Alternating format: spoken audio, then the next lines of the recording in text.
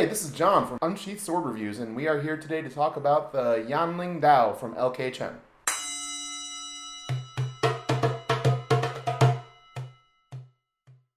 All right, so here's the deal.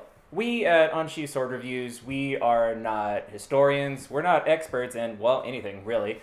We don't study HEMA or any other form of martial arts that will let us know how to use any of the weapons that we're going to be talking about on this channel. What we are sword enthusiasts, and we're consumers. We dabble. We dabble, just a wee bit. And the thing is, when you're a sword enthusiast, as I assume most of you watching this video are, you're spending potentially hundreds of dollars on something with very little information or opinions or reviews on something. So hopefully... Possibly even thousands of dollars. Exactly. High roller.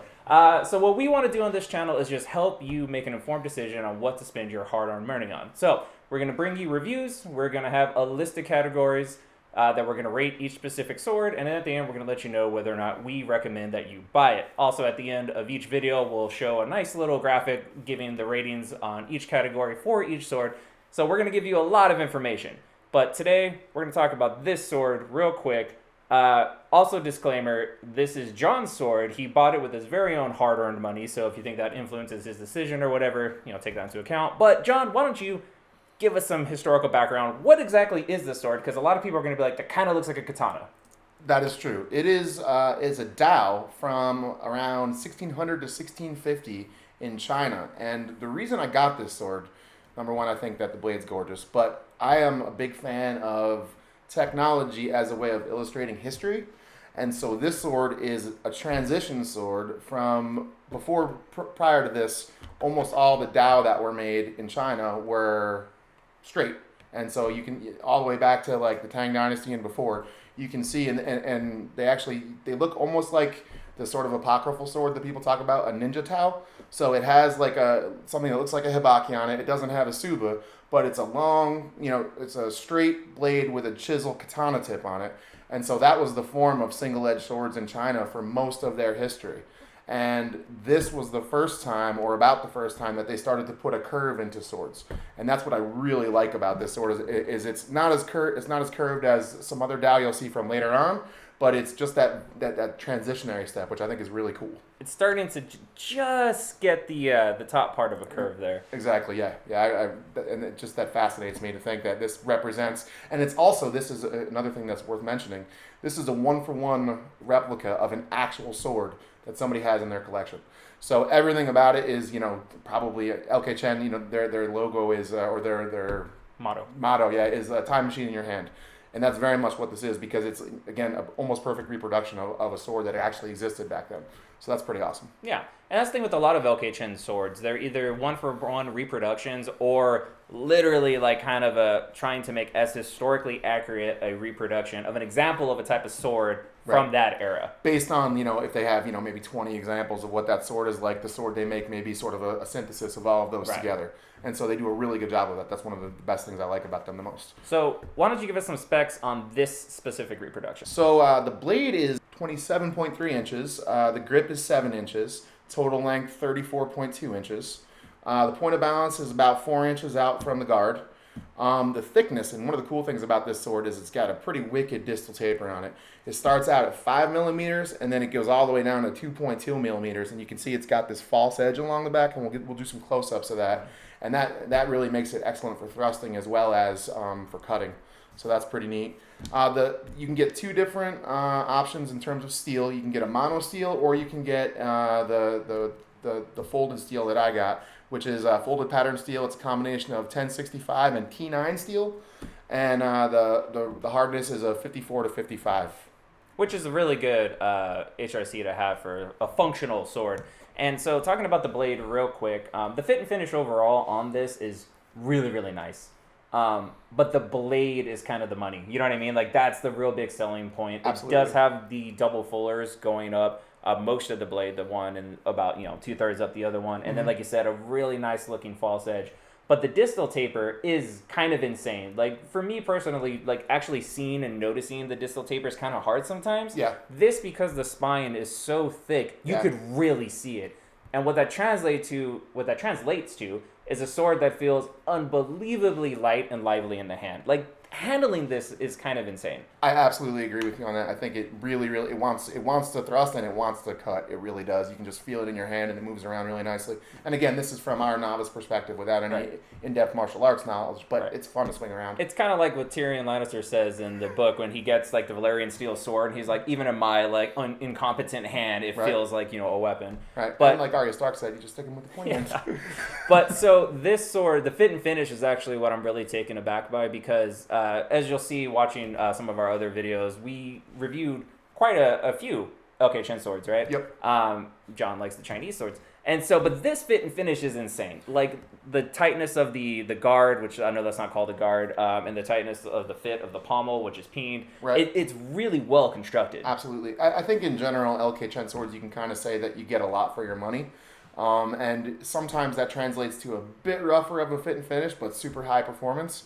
This, I think you kind of get the best of both worlds. It looks fantastic. Everything's right and tight, and it handles pretty well too. It's a great sword. Yeah, I've only seen the 3 LK Chen swords that you have, obviously, in person, and that's exactly right. Like they're all super great bang for the buck, I think, but there are little fit and finish things on the other two. This, not so much to me. This is one of the best looking swords in terms of fit and finish that I've seen. And what was the price on this? $390 plus, I think, $50 shipping, as I recall, or $100 shipping. I think it's $90 shipping. Yeah. But still, so negate the shipping, $390, so essentially a $400 sword, you know, just under $500 sword. Right. Way worth it. The fit and finish is almost immaculate on this, I think. I completely agree. But so you had a slight issue with the shape of the grip. But I think that's a handling issue. That's not a fit and finish issue. Because again, 1-for-1 reproduction, and this sword has a very square, sort of rectangular handle by design. Because again, that's what the sword that it's modeled on had. And I find, number one, it feels pretty big in my hand, and I don't often feel that way. But this sword feels like it's a little bit of a robust grip for me. And also, I feel like the squareness of it. I have other swords that have square hilts that are very comfortable in the hand. And I mean, it's cool to have a rectangular hilt anyway because it indexes the blade really nicely, which is nice. Mm-hmm. But I have other rectangular hilted swords that are more comfortable to hold. I feel like if I swung this for a half an hour, I would probably have some abrasion lines on my hand from where the corners of the handle would cut in. It just feels a little sharper than I would like it to. But again, looking at the sword that they have, I've looked at the pictures of the actual one that it's modeled on. It looks just like that. So that's how they were. So it's hard to argue with that, you know? Right. So it's just a slight performance issue for me. But again, I think it's by design. So right. Also, to be noted, it does have a, what is this, lanyard? Yeah, retention strap. Yeah. Which is good. Wrap around. Because, you know, I'm not saying, you know, people in this room have been known to accidentally chuck the business end of swords into the wall. But, you know, it happens sometimes. So, you know, safety is the thing. Victor. I did that. That was amazing. But so that's definitely a thing. But overall fit and finish, I think, is quite amazing. I think the aesthetics of this, I think this is a beautiful sword. Like, I completely agree. I tend to go more, you know, medieval European in my taste of swords, but this is, like, I kind of want to buy this. This is one of the best looking swords, I think, in either of our collections. Yeah. And yeah, it's great. If somebody told me, if I didn't know anything about LK Chen swords or about this sword, and they told me they spent $700 on this and showed it next to swords that cost that much, totally believe them. It would fit right in with them. So yeah, it's looking real good. This is the scabbard that came with the sword. It is absolutely gorgeous to look at. So I did an unboxing of this sword already, so I mentioned some of the finer details, but we'll point them out in the video as well. There's some beautiful little brass pins here where the anchors that you hang on your belt go. The sword itself, or the scabbard itself, is wood core and wrapped in leather, so you can leave the sword in the sheath and it won't rust, which is nice. And the leather is just a really nice texture. It feels like a good solid medium grade leather. Yeah. It's not like a cheap that you would expect to get in an afterthought scabbard. This is not an afterthought scabbard. No, it's really, really rich leather, and it's really, the decorations that it has and the fittings match the sword. Like, I'm not a big advocator of hanging swords in their scabbards, clearly. I feel like the blade is what you want to show off, and this is also an example of that. But this looks really good. Like, I wouldn't harp on anybody for displaying it in this scabbard, because we'll show close-up videos or images of it, but it looks really good. This is a good-looking scabbard. It is, definitely. And another thing to mention is that other swords that I bought from LK Chen, when they get to me, they retain pretty well in the scabbard, but then once I get them sharpened, it changes the edge profile a little bit, so then it'll come out. This retains the blade really well, and it seems like where it retains is at the very base of the blade, which isn't going to be affected overly by sharpening, because the blade slides in and then there's like a little, and then you can actually turn it upside down and the blade won't come out. Nice. So it's a very, very tight fitting scabbard. There's no rattle really. It's pretty fantastic. So I completely support the way this was made. It looks great. And it should be noted that lots of swords in different price ranges don't come with scabbards, and sometimes swords in this price range, medieval swords, don't have really good scabbards. They have all leather sheaths instead of wood core. But like I said, that's a really quality scabbard for this price range. So. Absolutely. And again, I mean, you're getting that for a sword that costs $390. Right. It's pretty remarkable. It's kind of crazy. Absolutely. All right, so let's talk about the cutting. I did not do very well. So again, we do not know what the hell we're doing, so feel free to sound off in the comments, make fun of our form, tell us how horrible we are, because it's not good. I don't know what it is. So we should be noted that we were cutting with the factory edge, and most of our swords we do take to a local smith. Local smith. We affectionately refer to him as Svartalf, and we say that he lives in Svartalfheim, and that's where we take our swords, because literally he makes all of our stuff shaving sharp. Ridiculously sharper than most swords need to be, but what that translates to is great cutting performance, even if you don't know what you're doing. Right. Great for us. But this hasn't had that yet.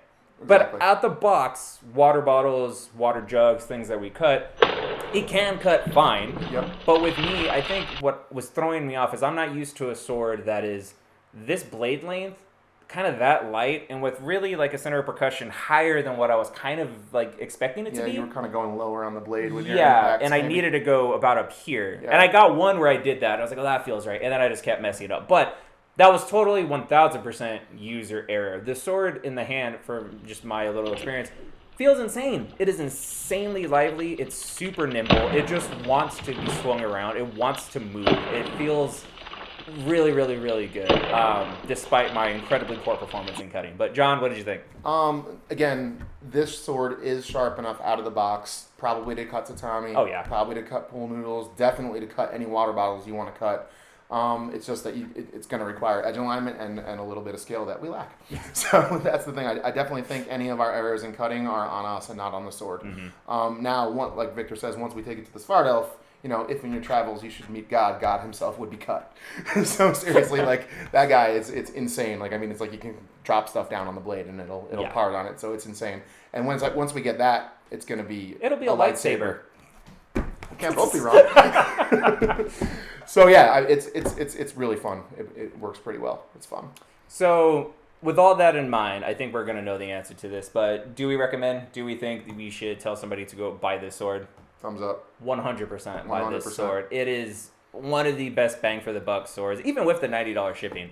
I still think at $500 ish, it's an insane value. I completely agree. But yeah, I mean, overall, I can't recommend it enough. It's a great sword. I say buy the sword. All right, cool. All right. Thank you for joining us for this review, and be sure to check out future content that we have. Give us a thumbs up if you've enjoyed it, and hey, think about subscribing to this channel. It would really help us out, and we appreciate you. Sound off in the comments and tell us how bad we are at this. Right, and also, if there's something else that we're not covering that you think would be useful when you're looking for swords, your quest to buy cool swords, let us know, and we can talk about that stuff too. Yeah, great point, actually. Yeah, cool. All right, guys, thanks for joining us on this video. Be sure to like and subscribe, and talk to you next time. Thanks for watching. Peace. Peace.